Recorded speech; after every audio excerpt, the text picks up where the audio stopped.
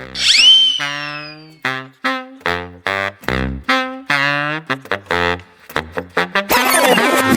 अगर हमरा भईवा के बियाह कट गइल डार सरौ के गार फाड़ दे।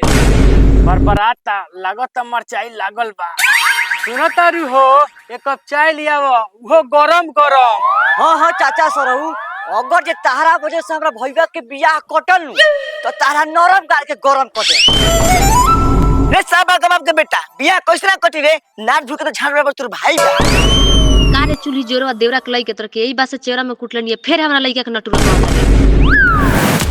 रे छिनारी दीदी हमर फसरा के मेहरा तोर लइकवा नाट बात नाटे में कहाई रे। आज सब दुनिया हम तोरा के बताओ क्या अरे दीदी पेड़ के सरी आई ला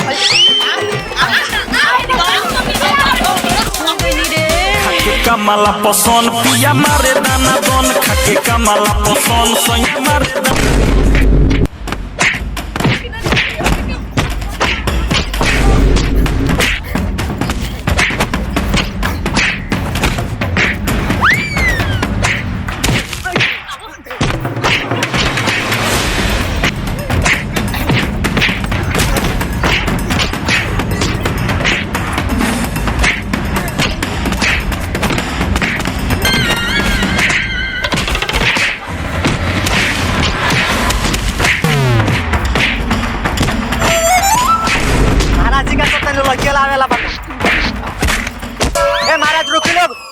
काहेला भइल कब भइल सब नहीं जाने के।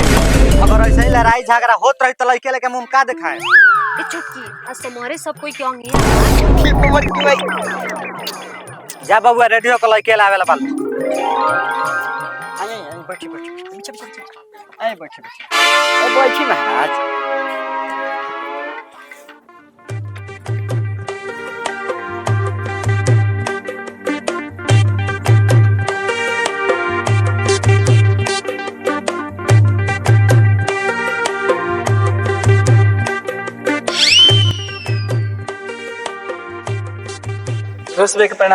प्रणाम आई बैठी अब वो कुर्सी जाके लिया।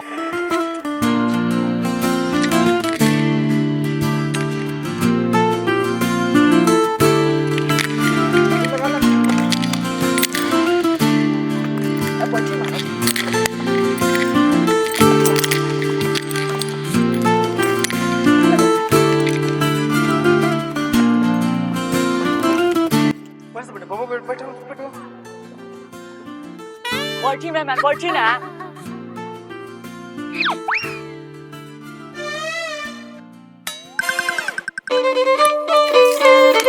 सारा आजकल के लइका बरसो कि बापे के दौड़ावत रहत रसो। तो मैं मानावे में कुछ दिक्कत को तान भइल ना दिक्कत तो ना भइल लेकिन पुरानका बात सिर के दर्द फिर से उपट गइल। जा बाबू नाश्ता लिया बा।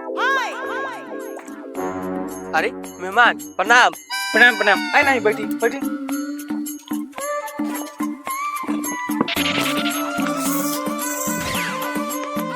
बाबू कहां बरस रे हई झोरे लगे सो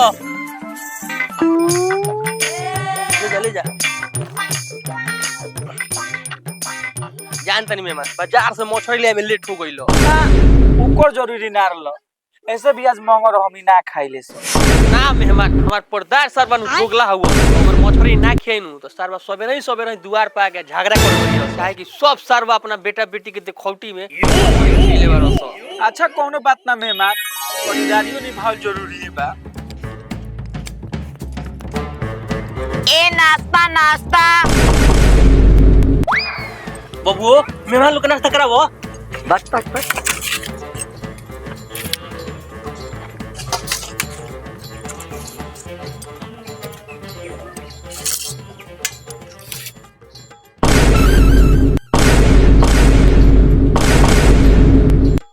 देख ले क्या बानी लो चाबी लो go go go go go go go go go go go go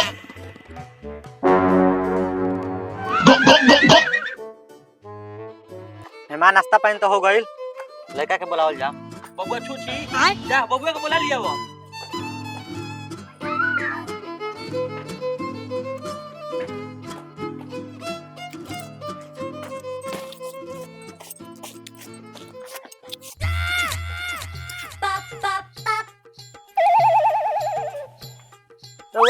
प्रणाम तो सबके प्रणाम।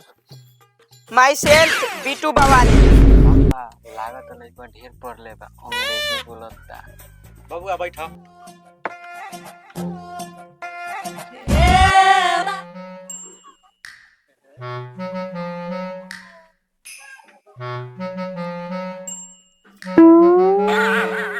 लइका से जौन जौन पूछे के बाद पूछ लिया।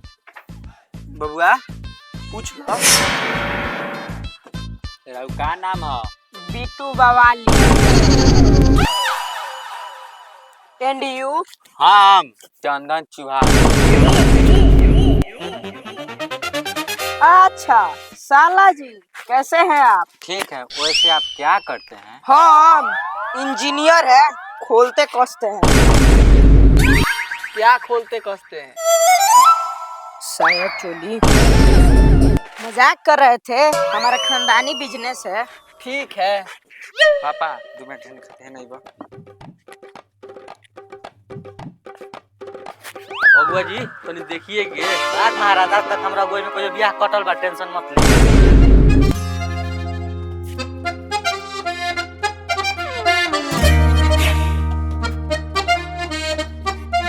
अब बबुओ लड़का पसंद बा?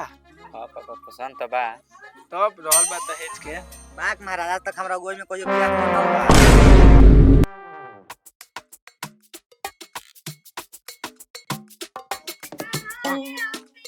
ठीक बा, बबुआ के लेके जाई लो। तब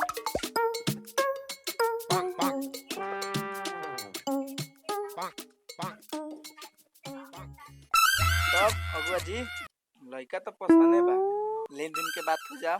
जब लड़का पसंद बा त लेन देन के का सोचे के बा? 5 लाख रुपया, एगो बुलेट, एगो हमरा बेटा ला नथिन के मोबाइल। बात महाराज 5 लाख रुपया कम भइल का? हम 1.5 लाख रुपया एगो नथिन के मोबाइल दे, वो अपना बेटी। ई हमरा मंजूर नइखे।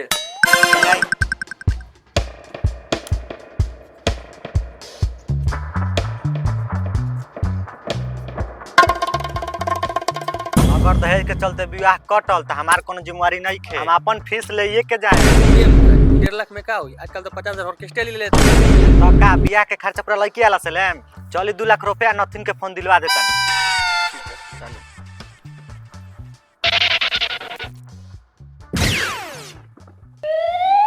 हमरा चली तो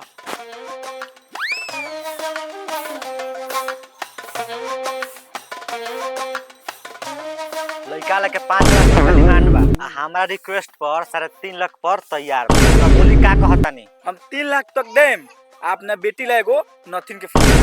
ठीक बा, बात ई कोई से मत कह, हम लड़का ला से कह दे।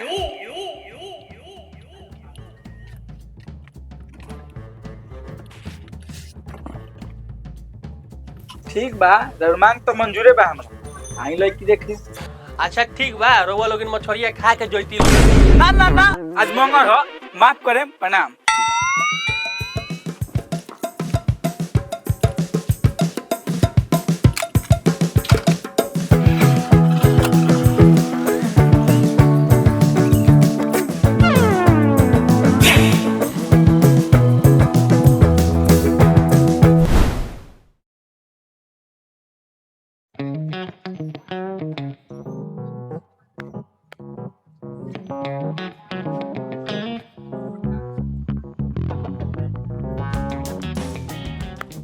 बबुओ जल्दी जल्दी कुर्सी लगाओ ना, मेहमान आवे वाला बा लो। लगाओ तनी।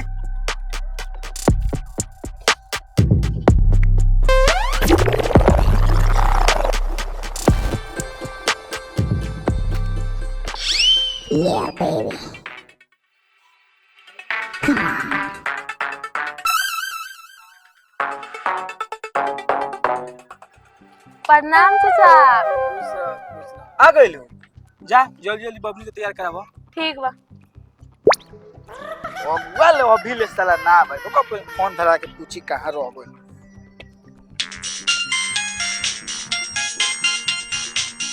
जी प्रणाम। जी प्रणाम प्रणाम। कहां बानी? जी आते बनी, रास्ता में बनी। ए महाराज जल्दी आई, लगे के द्वार पर तो पहले ही पहुंच गए रहन। आइए 2 मिनट। ठीक बा, जल्दी आई। रे ननकी कहां रह गई रे? तू इनु भेजला। हां मछली आनी भेजल रहनी हो। अभी ले ना आवे कहां रह गए बाबू ई बात ठीक नहीं के तू सरवा लालीपॉप आ नून चटेला तू मछरी खियबो तो का करी लाल चटाई उ तो सरवा नीचपन देखाइबे करस हमहु देखाई बाबू रोंडी गंडा बा जनमुआ पहले बड़न चाचा ओकरा के थूक के बोला अरे रजनीगंधा कौन है रजनीगंधा बा ना रजनीगंधा तो नहीं थे ले सरवा पानी के गुटका पानी हो गल तो चल बस अभी हमरा ऑर्केस्ट्रा वाली के छोड़े जाएंगे बा अब दाइल का हमार बारो 200 रुपए में मोबाइल बारो 200 रुपए में ए चाचा सरो सुना ना 200 में टेम्पुलिया खरीद नहीं खा ले जान करो भाई हमर बाबू नु तनी गरम दिमाग के है गरम दिमाग ए बाबू चलो खाली झगड़ा करत रहला चलो जल्दी बैठो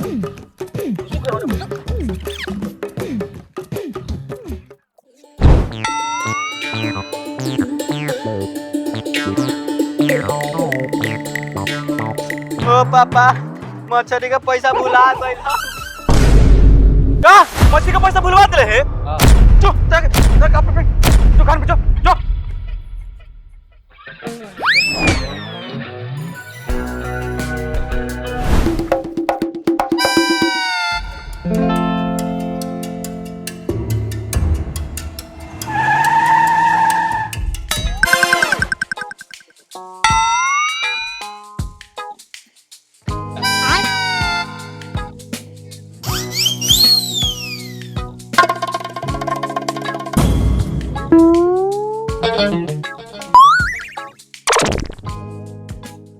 अब का हमर लार तकले बनी लो करी लो अच्छा चलो सर उतारा के बताओ तनी घरे चलो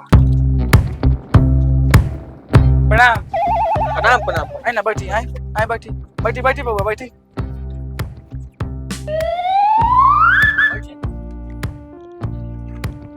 तो अब अगुआ नहीं खिलौ कत नहीं खेल का आई आला हो खेम रास्ता में बानी बबुओ अनोने पियाओ मेहमान के ओकर कोनो जरूरत ना रहल बबुओ नाश्ता रह दलो मेहमान लो माना कर दे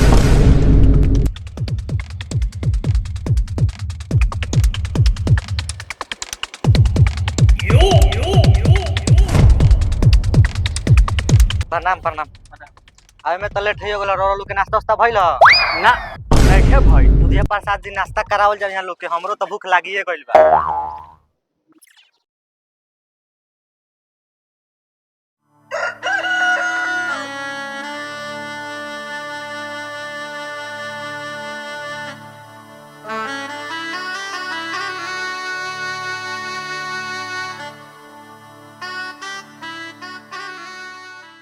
प्रणाम प्रणाम बबनी बैठा